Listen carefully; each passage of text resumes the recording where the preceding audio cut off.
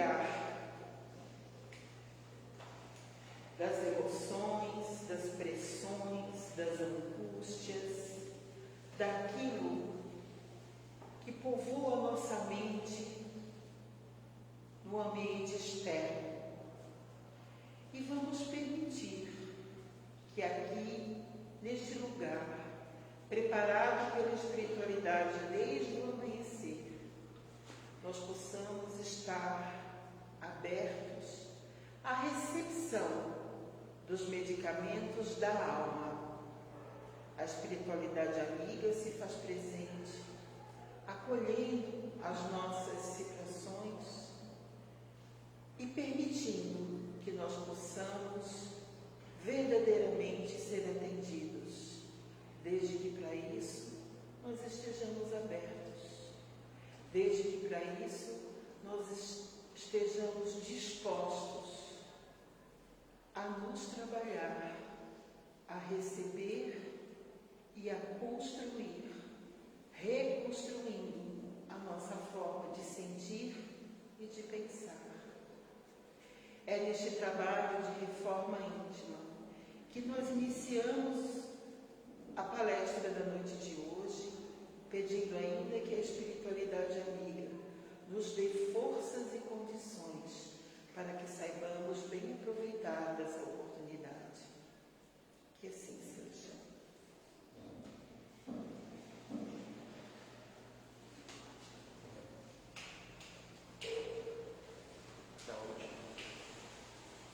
Então, hoje nós vamos ter a palestra do nosso irmão querido, trabalhador da casa, por amor e saudade. E ele vai falar para a gente sobre o Espiritismo. Vamos aproveitar dessa palestra que com certeza nós temos muito a aprender. Obrigada. Obrigado, Ana. Boa noite. O Albano queria me deixar preso aqui atrás da mesa. Ele falou por causa do microfone, então vocês me ouvem bem aí atrás? Precisa do microfone? Não, né? Essa voz está boa. Magrelo tem a voz boa. Como disse a Ana, a minha proposta é a gente conversar e falar um pouquinho sobre Espiritismo. Espiritismo, então, é religião. É isso, Ana? Sim, senhora. É religião. Então, eu acho que é interessante. O Albano me deu um seguidor. Só me segue eu tenho. Então, assim, é interessante a gente pensar o conceito de religião, de onde ele vem, de onde surge, como é que surgem as religiões, qual o propósito delas, para que talvez a gente possa entender um tantinho o contexto no qual surgiu o Espiritismo e, em certa medida, onde ele está inserido até hoje. Porque, se a gente for pensar assim, surge o primeiro conceito de religião, ou a primeira noção que nós humanos tivemos de que existisse alguma força acima dessa que nós conhecemos, acima desse mundo sensível, desse mundo palpável. Dizem os nossos estudiosos que isso veio do nosso estupor, do nosso medo dos fenômenos naturais, principalmente. Assim, quando nós vimos o estrondo de um trovão, a gente se apavorava e se escondia, como fazem muitos animais até hoje. Quem é que muitas pessoas têm? Eu tenho em casa um cachorrinho, quer dizer, um cachorrão, né, que dá trovoada, o sujeito vai se esconder onde ele pode. Ele tem pavor, ele tem medo. Nós fazíamos a mesma coisa. Nós tínhamos medo. E aí passamos a considerar que os deuses estavam bravos. E a partir daí criamos os diversos rituais, inclusive como sacrifícios, em muitas culturas sacrifícios humanos, para aplacar a ira dos deuses. Isso se dava com todos os fenômenos naturais, com a seca, com a chuva, com o trovão, com o raio, enfim, tudo aquilo que nós não tínhamos uma explicação, colocávamos na conta dos deuses e tínhamos que dar um jeito de acalmar os deuses, dando parte de nossas colheitas, parte de nossa caça. E é claro que nesse momento partir do momento que a sociedade vai se desenvolvendo mais, alguns percebem uma oportunidade legal nisso. Porque a humanidade, desde sempre, se pauta pela obtenção do poder. Já disse Maquiavel lá no início. O que interessa é tomar e manter o poder. E aí se viu uma excelente oportunidade de fazer isso. Porque, pensem aqui comigo, quem é que manda na tribo indígena? Tu não pode responder, tu já conhece essa. Quem é que manda na tribo indígena? A primeira resposta que a gente vai dar é que é o cacique. Afinal de contas, ele é o chefe supremo e tal, ele manda e desmanda, guerreiros vão atrás dele, fazem o que ele quer. Mas pensem na seguinte situação: determinado dia o cacique e o pajé se desentendem. A coisa não funciona muito bem, então, aí, como é que vai ser isso? O pajé fica muito bravo, e aí ele entra na floresta, fica 3 dias na floresta, volta e diz assim, reúne a tribo e diz: conversei com Tupã, e Tupã disse que o cacique está tomado por deuses malignos. Precisamos dar um jeito nisso. O que vai acontecer com o cacique? Então não é exatamente o cacique que manda na tribo. Porque o imponderável, o inatingível, aquilo que nós não alcançamos, nos assusta. E vejam que assusta até hoje. Que até hoje a religião ainda domina. A época antiga mais ainda. E os exemplos vão à exaustão. Sócrates de Atenas, o filósofo grego, foi morto, acusado de corromper a juventude ateniense, incitando-a contra os deuses. Uma acusação de cunho religioso. Quem foi que condenou Jesus Cristo à cruz? Os religiosos judeus. Então a religião sempre foi usada dessa forma. Durante toda a Idade Média, nós temos, a história nos demonstra, procurem nos anais da história para registrar todas as atrocidades que foram cometidas em nome de Deus. E até hoje a dominação acontece. Então a religião é historicamente instrumento de dominação do homem pelo homem. Muito mais forte no período da Idade Média, quando, com a derrocada do Império Romano, que aí, como o Império ruiu e não tinha mais nada organizado, o mundo antigo se desfacelou. E aí foi o momento em que os religiosos se aproveitaram disso para essa tomada de poder. E mandando, porque os religiosos mandavam os reis, muitos dos reis durante o período da Idade Média eram analfabetos. Quem dominava as letras eram basicamente os monges, nos seus mosteiros. Eles copiavam os livros e dominavam. Isso começou a mudar a partir da invenção da imprensa, o Gutenberg, quando as pessoas começaram a ter acesso aos livros, começaram a poder ler mais, começaram a pensar um tanto mais, não sem muito sangue, não sem muito problema, não sem muita morte por conta disso, não sem muita perseguição pela manutenção do poder. É claro, veio o iluminismo lá no século XVII, com a ideia de que as coisas deveriam ser pensadas a partir do uso da razão. E aí nós tivemos diversos pensadores nesse período, que muitos foram condenados, muitos foram deixados de lado, muitos foram perseguidos. Diversos foram perseguidos, alguns foram mortos, outros não foram porque mantinham amizade com os reis, ou porque renegaram a sua crença, disseram não era bem isso que eu queria dizer. foi sem muita luta, sem muito sangue, sem muito suor que isso aconteceu. E foi abrindo caminho para essa abertura de pensamento.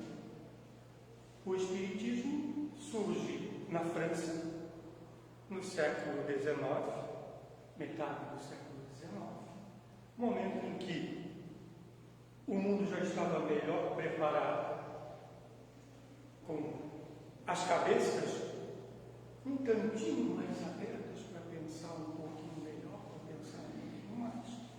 E ele representa uma mudança de paradigma, uma mudança de pensamento, e uma mudança muito grande.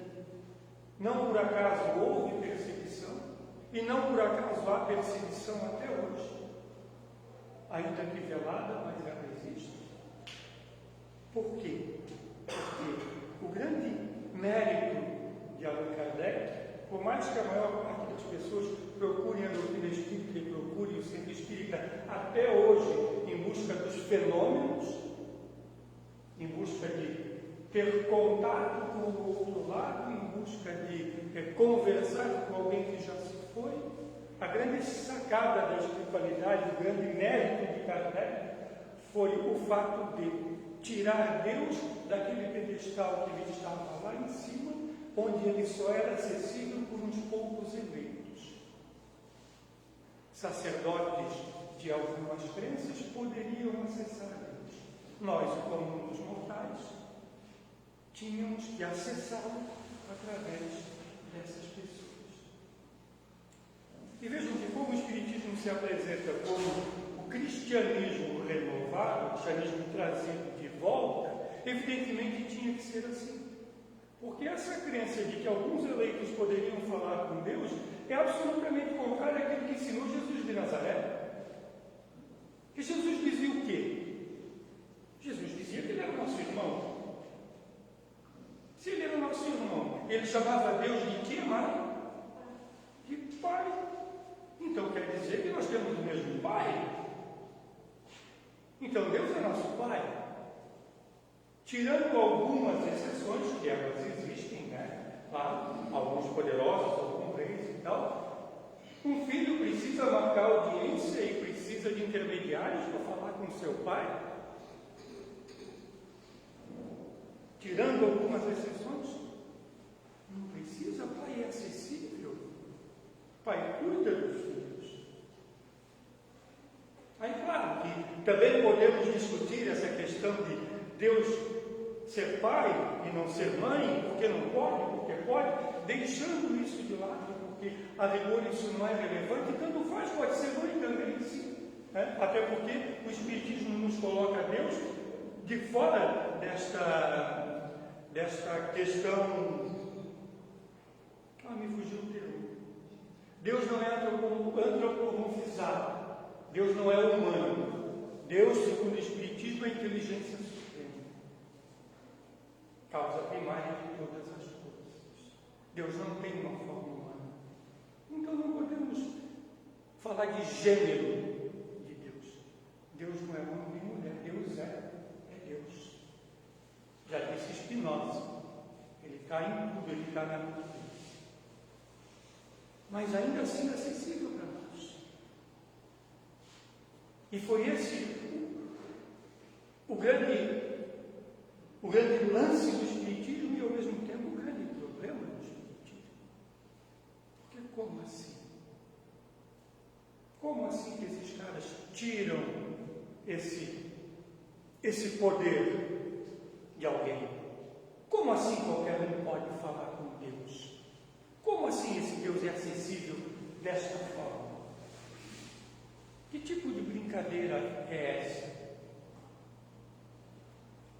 E vejam que o que eu estou falando não é uma absoluta novidade, porque se vocês quiserem buscar, já falei isso aqui, mas falaram que é demais, a gente se repete, mas é repetindo que a gente grava as coisas. Busquem no livro de Dostoiévski, dos irmãos Karamazov, precisa ler o livro inteiro, se quiserem ler, recomendo, maravilhoso. É um tantinho grandinho, tem quase 1000 páginas, mas é estupendo. Mas tem um capítulo que é muito interessante e fala sobre isso que eu estou dizendo. Chama-se O Grande Inquisidor.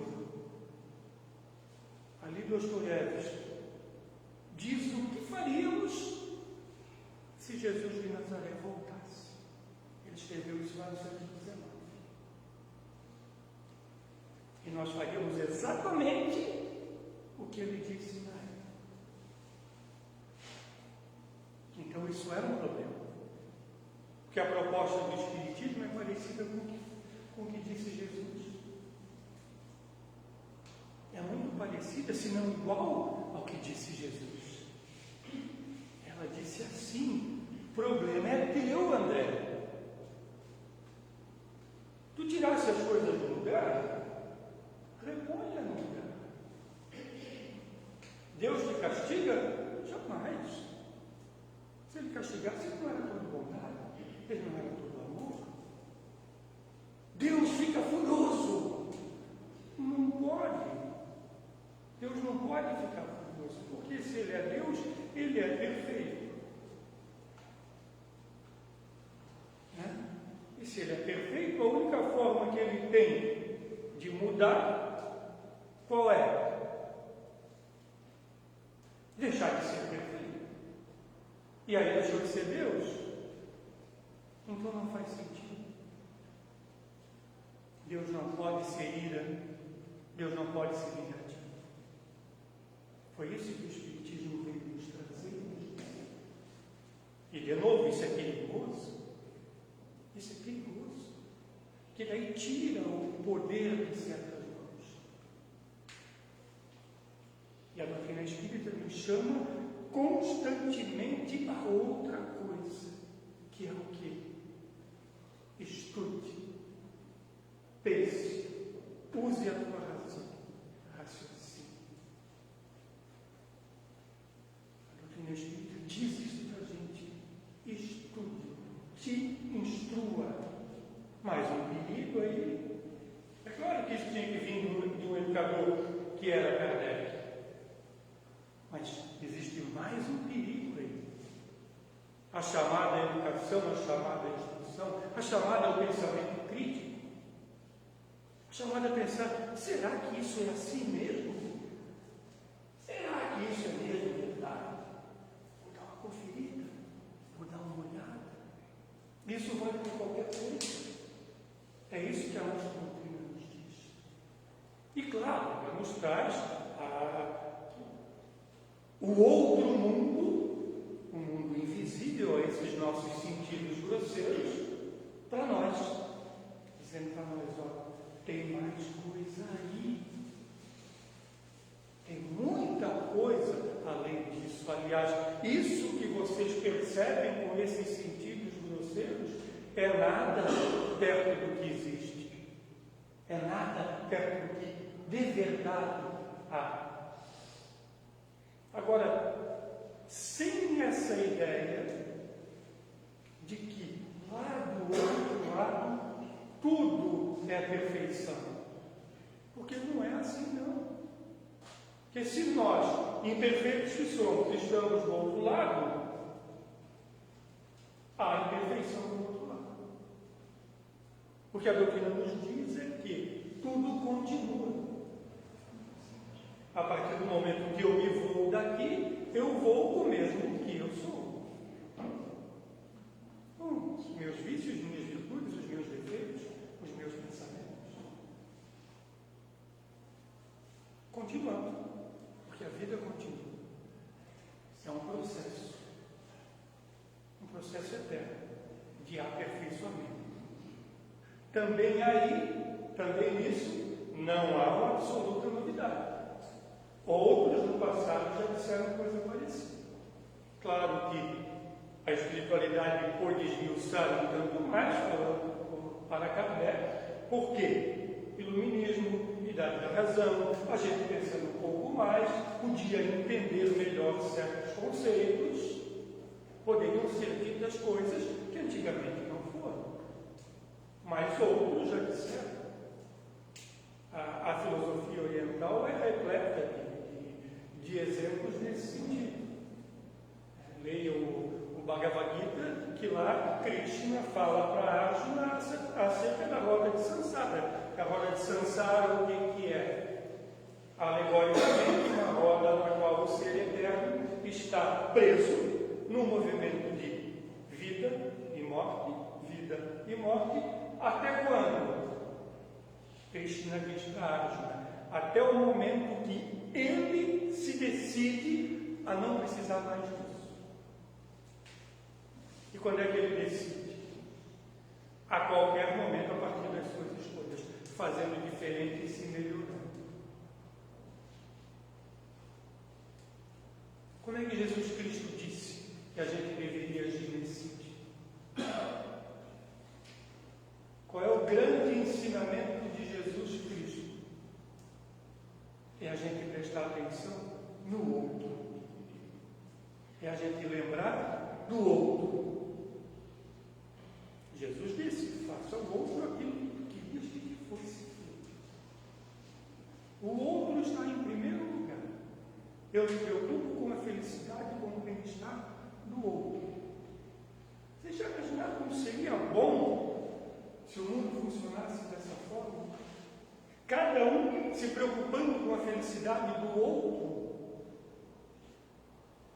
Pensem bem, quantas pessoas eu teria se preocupando com a minha felicidade? Olha que maravilha que isso seria. E parece que não é tão difícil a gente se preocupar com o outro. Pode parecer assim no movimento que é complicado, mas qual pai e qual mãe que não vai colocar o outro que é seu filho em primeiro lugar? Qual pai e qual mãe que, se seu filho estiver numa situação de doença extrema no leito de morte, não vai se ajoelhar e dizer para Deus, passa isso para mim, deixa eu ir e deixa ele. É difícil imaginar isso? E o filho, o que é senão um outro? Temos apego, claro, a gente dá valor para as coisas da família e tal, mas a doutrina espírita nos diz, talvez esse filho seja um algoz do passado. Ele é um outro. E a gente tem essa capacidade. A gente pode fazer isso. Claro que isso é um exercício. E a doutrina espírita, de novo, ela aí, retomando isso, chamando a gente de novo para essa responsabilidade. Ao dizer assim, fora da caridade não há salvação. O termo salvação aqui foi necessário por conta do período em que nós estávamos. O Espiritismo precisava se inserir naquele contexto. Agora, se a gente for pegar a obra espírita, tudo que está escrito, de quem que a espiritualidade diz que nós temos que ser salvos? Se não de nós mesmos. De nossos problemas, de nossos vícios, de nossas mazelas, de nossas dificuldades. Não existe outra salvação possível. Porque não tem nada para ser salvo. Ai, Deus vai me salvar. De quê? De mim mesmo?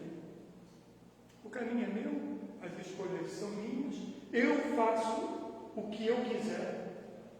Já disse Paulo apóstolo, tudo me é lícito. Eu posso fazer o que eu quiser. Mas nem tudo me convém vencer. Por quê? Bom, porque consequências virão. Ah, mas então isso é castigo? Não. Tu tirou as coisas do lugar, a coisa tinha que estar aqui, tu vais ter que pôr de volta no lugar. É simples assim. Simples assim. É o que diz a nossa doutrina. E para dar uma ilustradinha, já que a gente está falando um tanto de espiritismo aqui, para aqueles que ainda não têm muito contato com a nossa doutrina, espiritismo é um termo que foi criado por Allan Kardec. Allan Kardec é o pseudônimo que adotou Hippolyte Léon Denis Rivail, que era um pedagogo francês, e foi um camarada que teve contato com a espiritualidade e disseram para ele, eu estou resumindo, é o resumo do resumo do resumo, né? E disseram para ele, tem novidade por aí, tu fosse o sujeito escolhido para tocar esse negócio aí, tu tens alguma competência e tal, então tu pode fazer. E ele aceitou o desafio, foi lá e vamos fazer. Né? E aí a espiritualidade ditou os livros espíritas.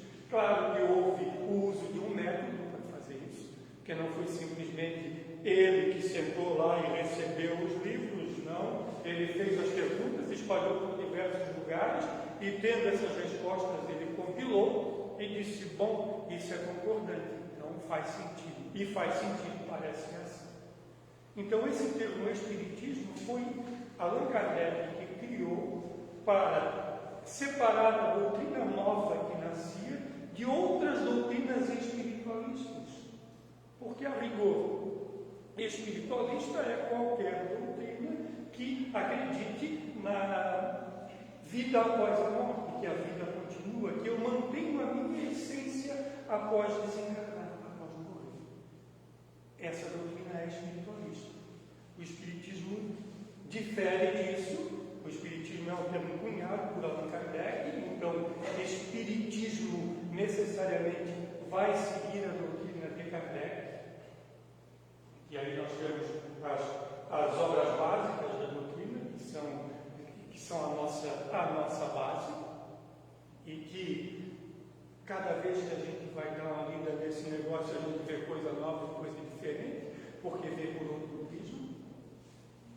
Estou com essa ladainha aqui porque convido vocês, como já convidou Kardec, a estudar mesmo isso, a entender melhor como isso funciona. Deem um passo além, vão além de ouvir as palestras, peguem os livros e estudem. Esta casa e outras casas espíritas oferecem a oportunidade de cursos onde a gente pode debater, conversar um pouquinho mais, entender um pouquinho mais os conceitos e a doutrina.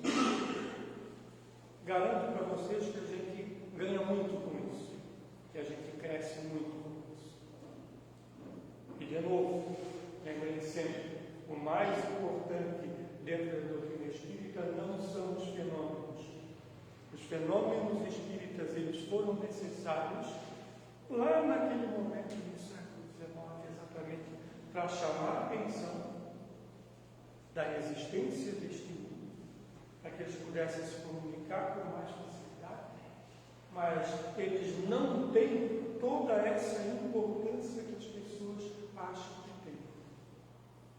Da mesma forma que com Jesus Cristo, o mais importante é o ensino moral que ele deixou, aquilo que ele disse para a gente fazer, a ponto de Mahatma Gandhi ter dito em algum momento que, se fossem perdidos todos os livros sagrados da humanidade e só restasse o Sermão da Montanha, nada estaria perdido.